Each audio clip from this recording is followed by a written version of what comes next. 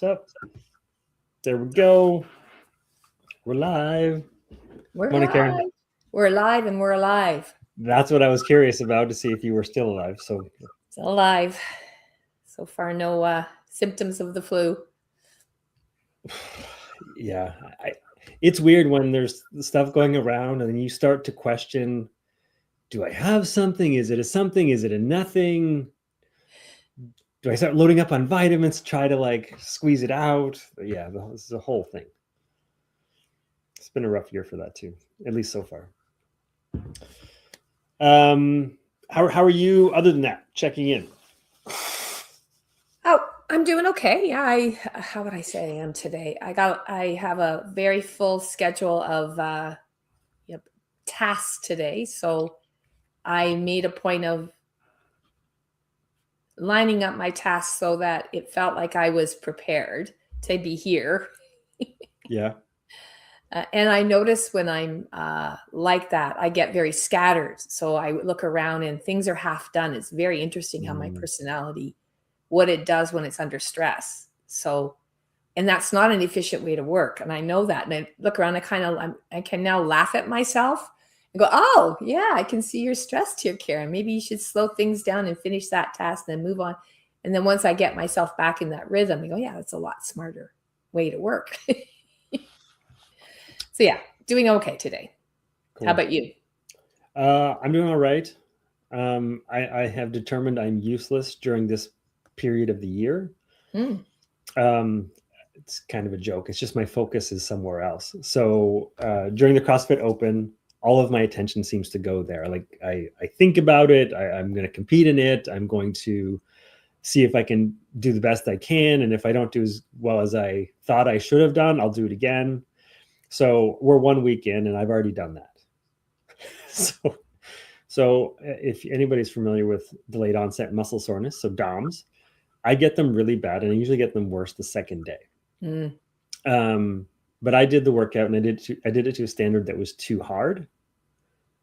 And I held the same people that I judged to that same standard. So I felt really bad that I held them to a standard that it wasn't.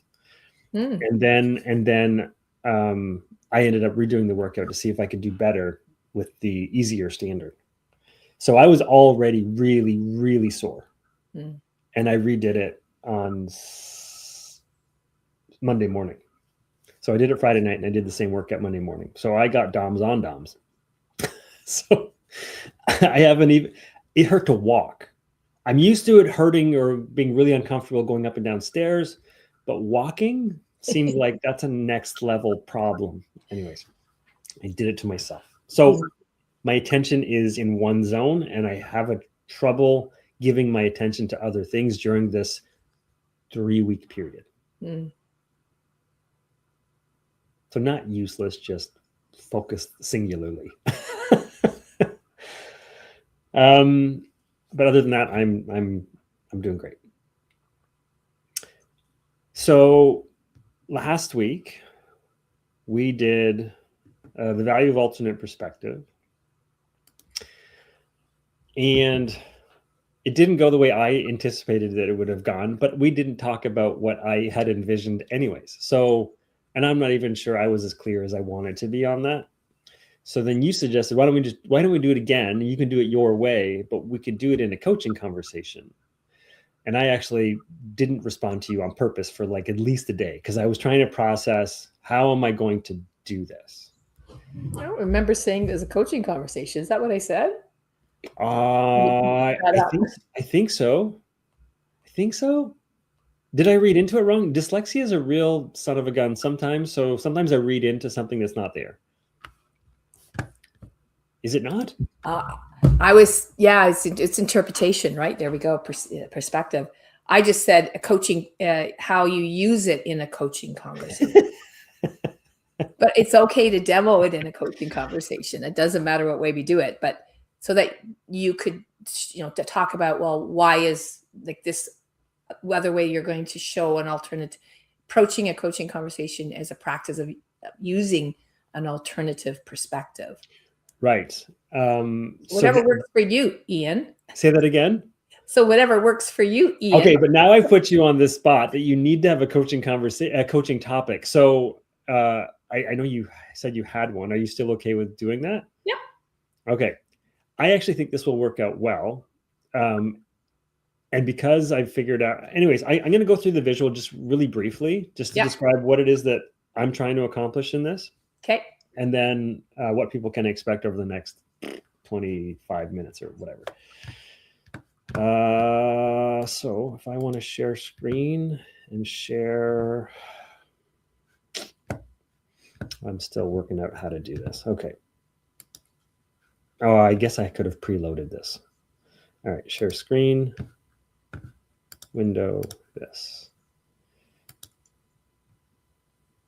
Is it going to show? Or am I showing all of my screen? I don't see anything yet, Ian. I don't see anything. Why does it not see that? All right, let's try it again. Stop share, share. Oh, maybe I have to click on this. Share screen, window. Did this work?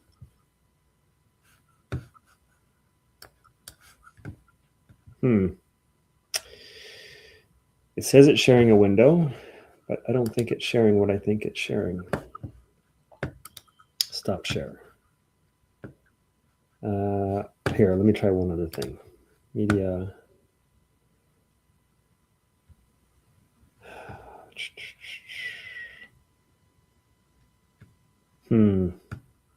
Maybe this is not going to work right now. Okay, so I'll just describe it. So in some of the workshops that we've done, Karen, we've often used the river metaphor as a way that we describe a coaching conversation and how not to get entangled and into the topic itself. Because oftentimes when we're in a situation where somebody maybe really struggling, we want to dive in and support them. And from a coaching perspective, it may not be the best place to be. So this metaphor, I've got a coach standing on a bridge overlooking somebody who's floating down the river, and that person, they're in their topic, they're in the water. So what I try to do is to try to offer up questions and ways of understanding, helping that person understand where they are, so that they can make the best next decision for themselves. Because if I dive in, I may actually be becoming part of the problem with them, trying to help solve it or save them. And I trust that we all have the best answer inside of ourselves for ourselves. So ultimately the goal is to provide a broader picture of everything so the person can make the best next decision for themselves. So I actually have come up with now a list of things that provide that alternate perspective. Now I'm not tied down to one in particular way to get there. So now I feel I have freedom to do this. So what we're going to endeavor to do is to do a coaching conversation. I do not know what Karen's brought to the table. I will coach her through her topic.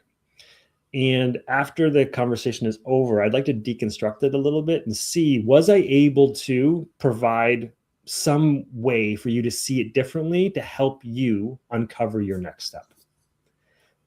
And I'm fine if it doesn't happen, but I'm hopeful that it will.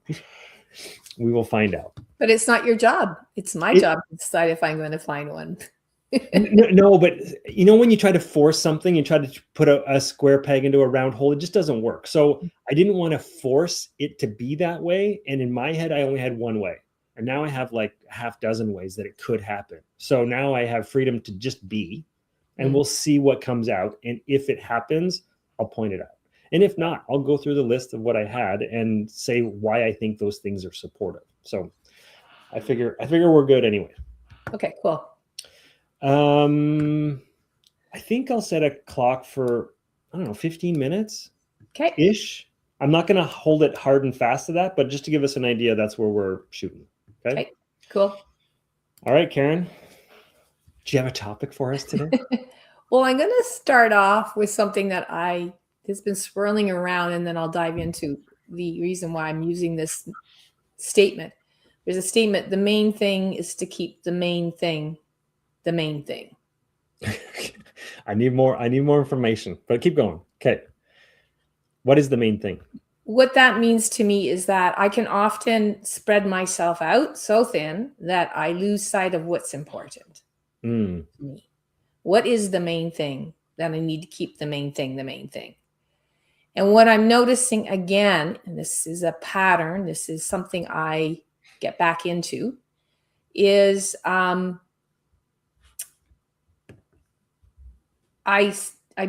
example, the situation I'm in right now, I had agreed to do something for the curling club, which I had a major role and I let go of that with some conditions of agreement of how that would unfold.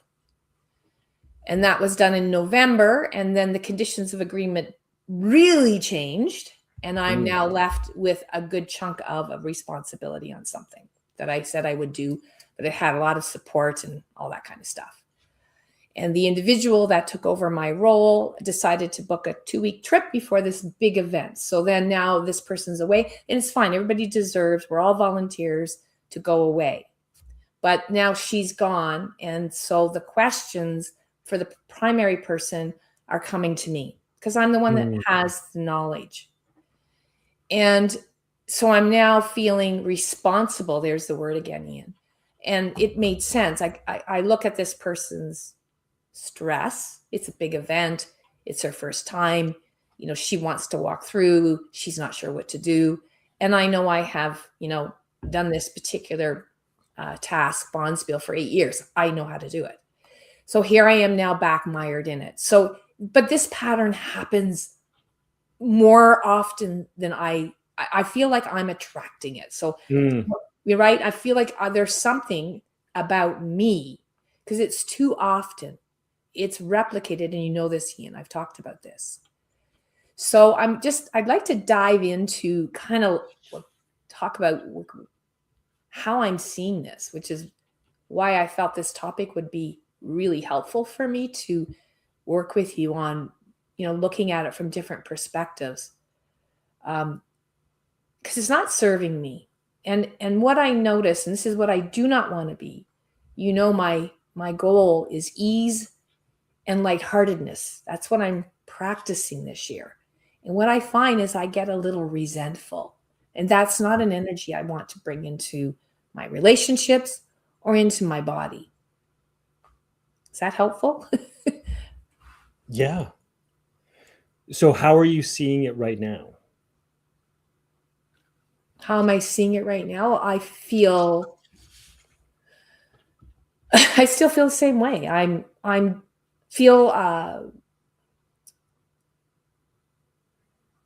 It's a really good question. I'm using the word feel.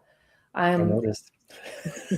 Because it's really how I feel that's driving what I'm doing. Well, actually, I'm doing it. So I feel like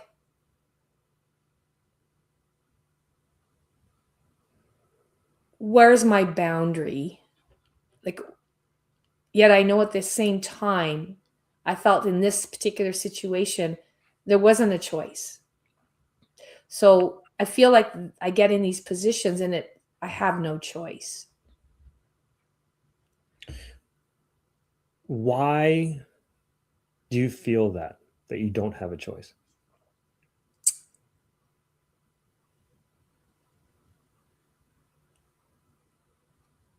Well, I guess maybe because of the work I did, the career I had, the role I played as a manager, I think it's disrespectful and irresponsible if you have a person that doesn't have the knowledge and the ways in to do something. And I know that, and they are very, very committed to doing a good job. Withholding that isn't an acceptable thing to do. It's not an option. There's the word. Because there's a human over there that needs this to be successful or to feel confident. So it's not negotiable for me. That's just who I am. There's no place to deflect it to. Because the individual went away on holidays. Right? So there's no backup plan there. But maybe there is. I don't know. There was no other thing presented to me. It individuals coming to me saying, can you help her? And it felt like, well, yeah, it would be so, it just felt like there wasn't an option. But that's not uncommon for me, that I get there quicker. Like I just say there's no other option. So what would benefit you today in this conversation? Well, maybe what would benefit me is to rewind the choice of saying yes to help way back. And what if it started to be more boundary setting of saying no? Like, I feel like, do I slide into this in a way that it's hidden somehow in me? So, like, even as I talked back then, I felt a little tightness in my stomach, and I realize now I should have said no, but I'm way too far into it. You mean now? Like you can't back up the bus now? Like the train has left the station? Is that what we're saying? 100%.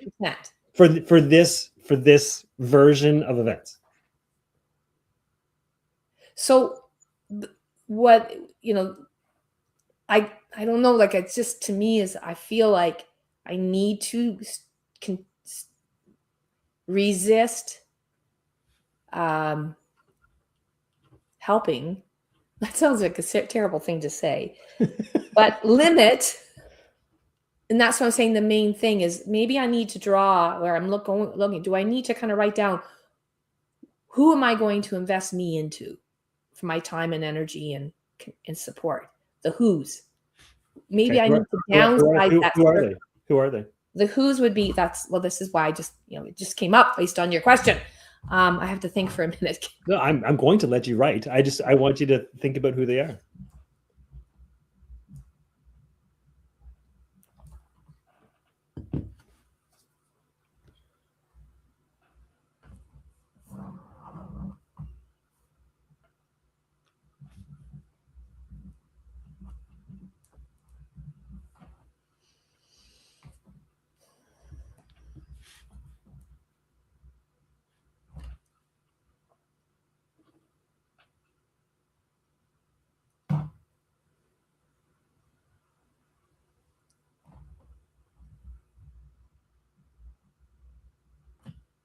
I cut out a few people. Does that help? Well, that's interesting. Okay, so who's important? Well, I have my family, so I can say their names: Vera and Vance, obviously my grandchildren. You can say XYZ person. It's fine. It doesn't matter to me as long as you know who they are, right? Yeah. So it is a smaller nucleus of family than I would have originally probably wrote down, and that's it.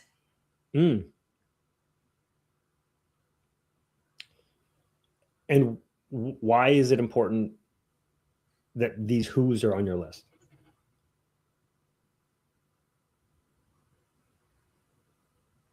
Oh, that's a great question.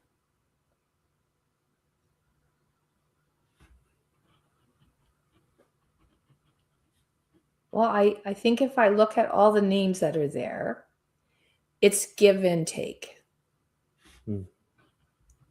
It goes both ways. That's number one. Number two would be,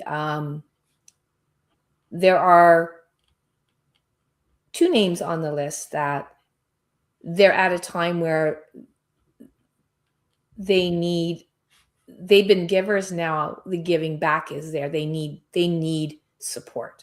It's not even, that's probably the only two that are, I would say, like I said about the not negotiable. Right now, that's not saying, down the road that couldn't change, but right now that's important that I support them. So it would be a non-negotiable, but the rest could be negotiated, if you know what I mean. Yeah, sure. How much I'm going to invest, which makes it feel a little lighter. But as I write these names down, there's a lot of names that I could put on the outside that I can say, well, why do I feel responsible there? Why do I say yes there?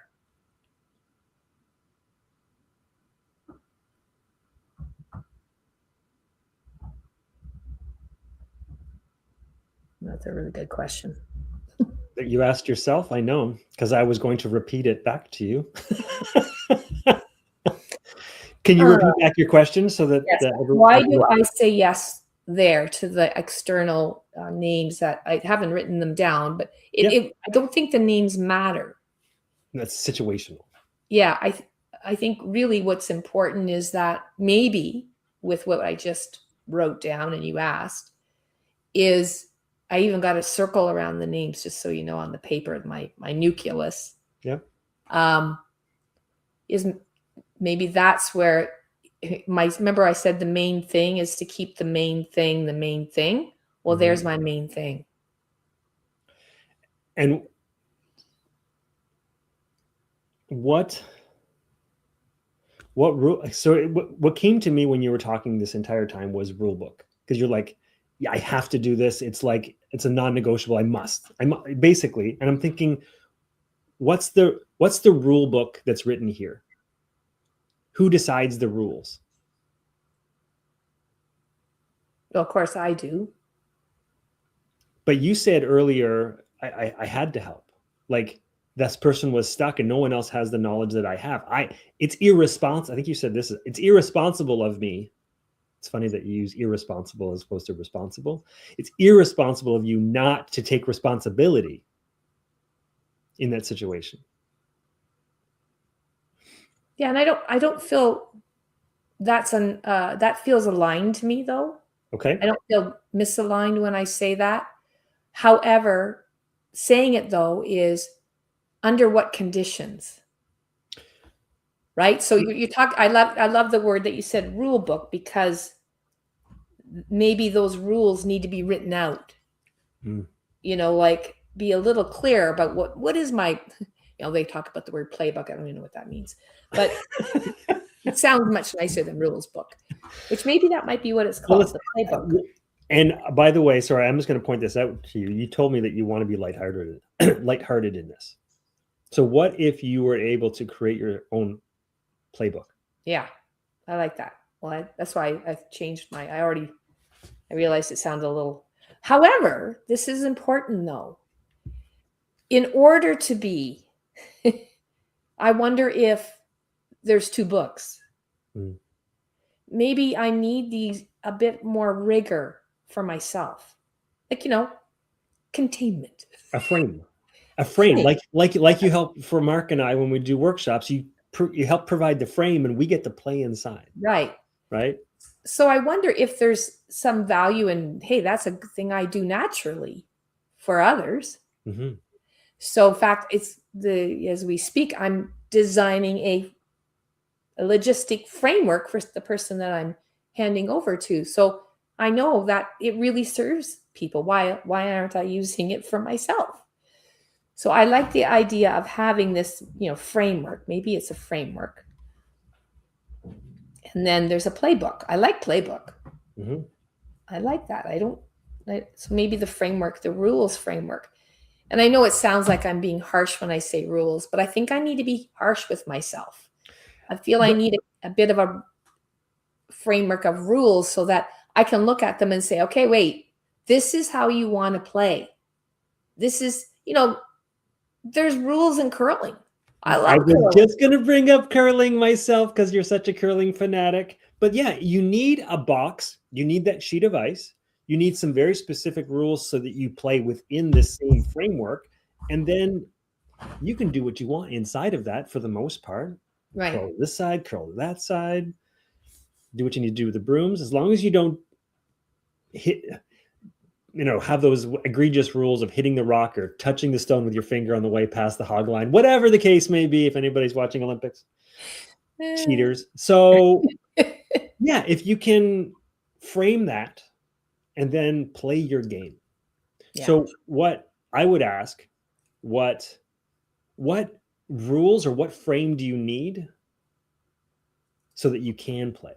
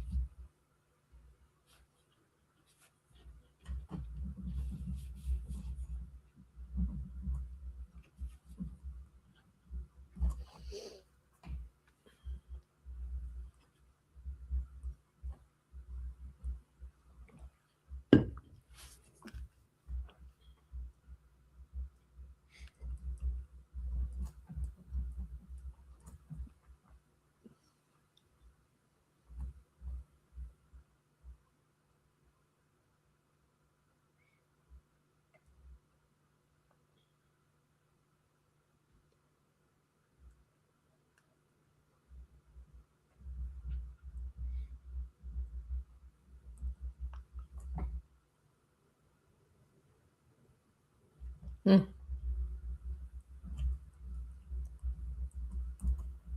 Sounds pretty brutal what I'm writing down, but I'll Hey, read it to you. do you mind sharing what you've written? No, I don't mind sharing what I'm. But that was a hard question to answer. Like I would want to sit with that. This is my first cut, but I would. One thing it had a time around it. It would take no more than 2 hours of my time. I don't know why I picked that number, but I did. And that, but in order to do that, I'm going to block in my calendar free time. So my rules are that every week I'm going to block free time so that it works. So this and that it's on my. So the third one, and this is when I have those two things in place, it's on my terms. It feels very selfish. However, Don't say that like it's a bad thing. As we've said for, I don't know, at least 12 years, be properly selfish. Yeah.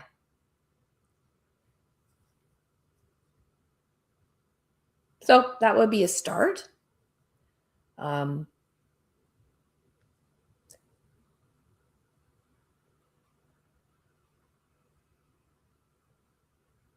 Anything outside of my circle, right? So that would really limit, which isn't a bad thing.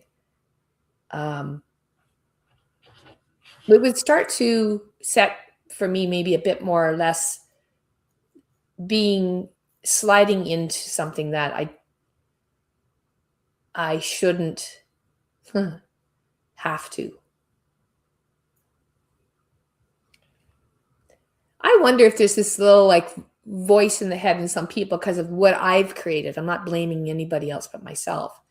Just ask Karen. She's so good. She'll help you. Mm-hmm. Like, I wonder if that my habit, I'm easy. I'm not a hard ask. So putting some, rigor around that would, invite me not to be able to say, I can't, sorry. I'm blocked. I'm booked this week, because my calendar will be booked because it'll have blocks of time that are supposed to be for me. So that structure, like the roadmap, the things I do, it's a reminder. I need a reminder. I don't go in my phone and go, oh yeah, I'm free. Oh, it's Karen time on that day. Wait a minute, Karen, are you really free? So I have two things here. So is there anything else you feel you need to help you hold this boundary?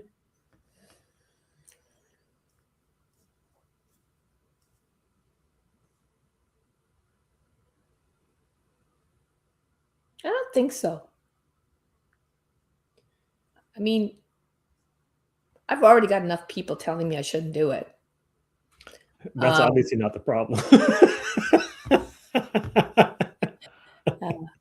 So, I feel like I'm a structure person. So for now, this would be a good start because I've been better. As you know, I've worked on my self-care a lot better lately, going back to the gym, making sure there's fun time in my life. But I think what I'm realizing is I want more of that it's time for more, especially as I can, in the spirit of the care of the people I want to care for. So I'll still be able to feel like that sense of nourishment that I get from supporting others. But now I've narrowed down the who. So it feels a little bit more balanced for me, Ian.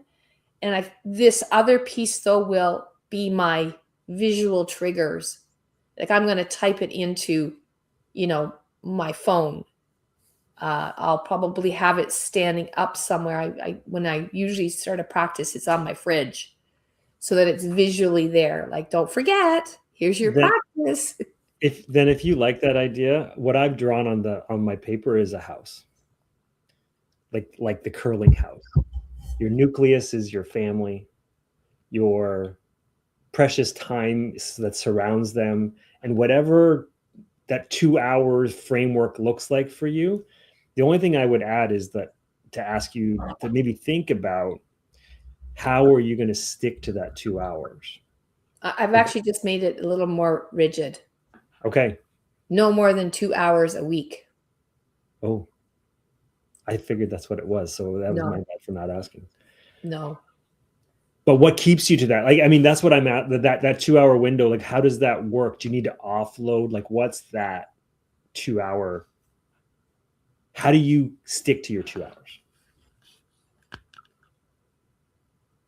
Mm. And I don't think that's a now question to answer, to be honest. I want to leave it with you.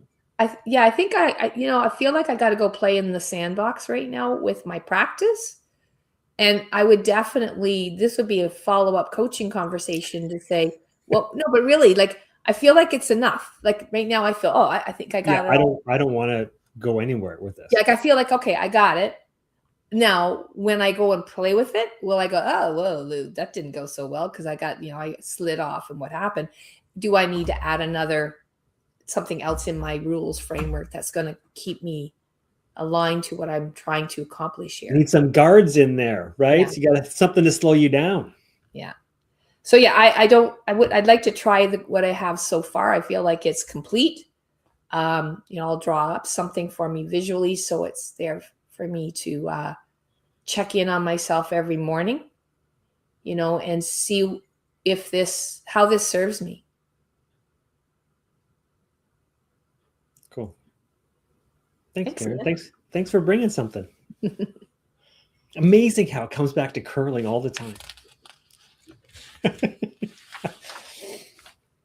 Summer it'll be golf. Well, whatever but you're not involved in organizing things for golf, are you?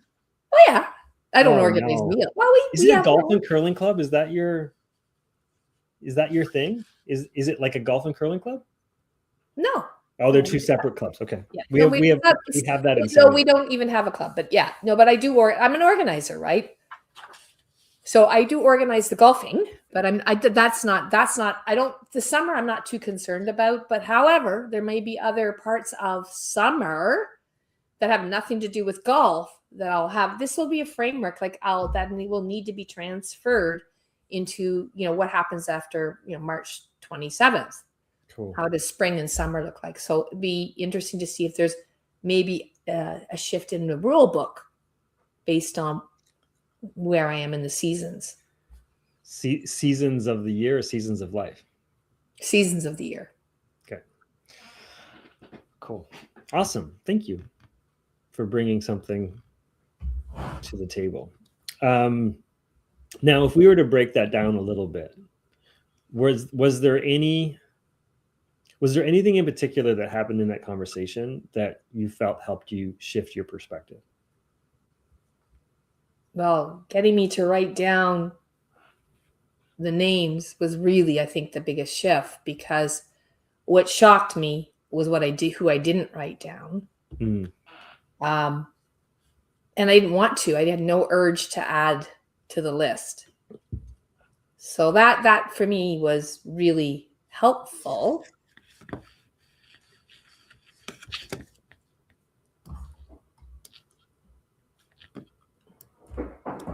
Did you ask me? You asked me a question. Why do I say yes? I wrote it down.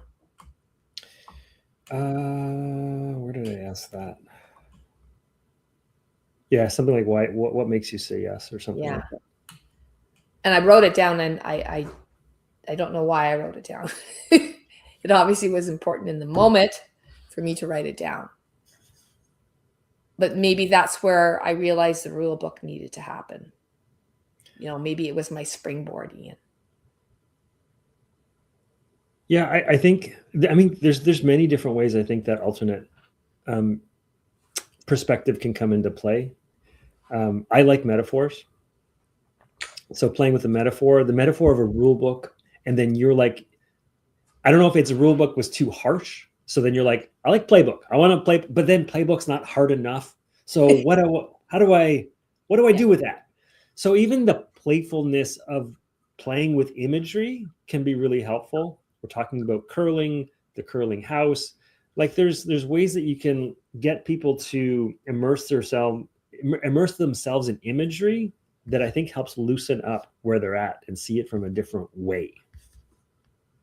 Metaphors are huge because people will remember metaphors, and especially what you do, and it's really important in metaphor play that you pitch a metaphor over and it either lands or not.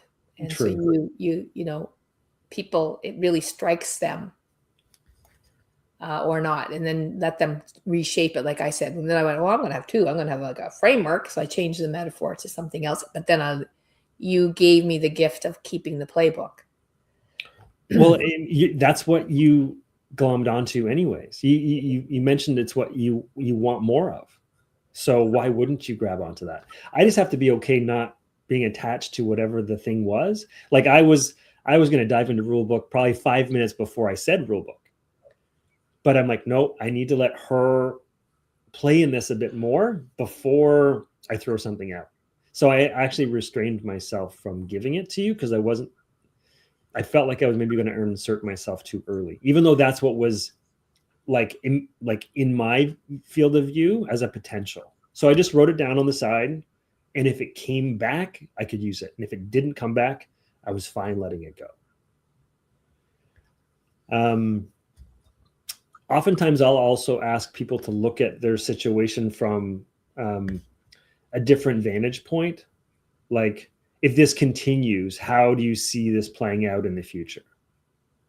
So that they're seeing it from like an end game kind of perspective. Like, oh, if I keep doing this, I'm going to keep missing family events and I'm going to whatever. So they start to see maybe how this could drag them down. And okay, if that's the case, okay, what can I do now that's going to maybe shift that? Right. But it looked like you already had kind of that already. Like, I know what my big why is. My big why is my family and spending time with them. And this takes me away from that. There's another thing I was thinking about assessments, because you were pretty firm early about it's irresponsible of me to do this and not help out. So I really wanted to play with that, because when we get stuck in a kind of a single view of what something is, it can close us off from being able to see other possibilities. But you shifted pretty well. So I didn't feel I needed to hammer you on that too much. It's often deep in values, right? That's when you can pull out like, this seems like a really important way of being for you. And how come? Where does that come from? And you'll often get like, this is who I am. Mm-hmm. And this is something that is important to me. So, then how do you just said, you figured out that, I mean, I obviously said it, but it allowed me to say, but do I need it everywhere? Mm-hmm. Yeah. Do I have to have that on all the time? So just someone being able to catch their own way of being is so important. I think you just nailed it. I think what you do really well, Ian, is you discern, what needs just to sit there and let it be right now, and what's something that might be a little more malleable in this moment. Mm-hmm. Not challenging it too soon, or getting curious about it. So noticing what do they want to talk about? Yeah. And that's just the following where I was going, which you did really well. You led me down a path. Good job. I didn't know where I was going. But that's perfect. And that's what I want people to know, is this isn't staged. I had no idea what. Now, curling is a very popular topic with Karen. I get it. But this is a place that she has, a frequent occurrence with. So it makes sense that it's going to come up. You bring yourself to every situation. It just happened to be that you're at the curling club a lot. Well, and I think in roles that you play, like, because of the role that you play. So this can be really, you can see it in many aspects of your life. Like, this opens up, how I am as a mom, how I am to my siblings. Like, we play these roles, and then all of a sudden this role becomes, That's Karen. She'll help. She's good. She knows. See, just to be, I'm very reflective right now of, where this shows up in the ripple effect of my life.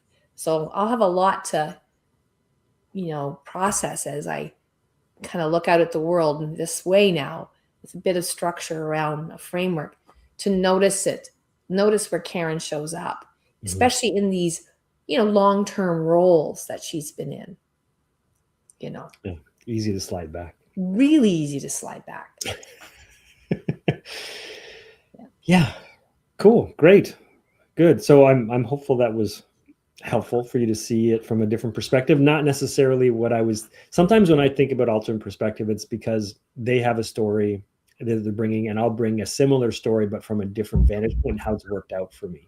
So, but that's not necessarily coaching, but it's in storytelling. Sometimes I think that's helpful to know that, okay, if I can look back at my journey, I can see the value of what that was bringing to me. And oftentimes for me, that look back is like, oh, okay, like this is not the end of the world. It's going to be fine. I'm going to learn from it. I'll be a better person for it. And then I'll be able to help other people with similar stuff. But that's not necessarily coaching. So this was good. Thanks, Karen. Thank you, Ian. Don't know what's coming next, but we should be back next week at a similar time talking about more coaching stuff. Have a great day. Take care, everybody.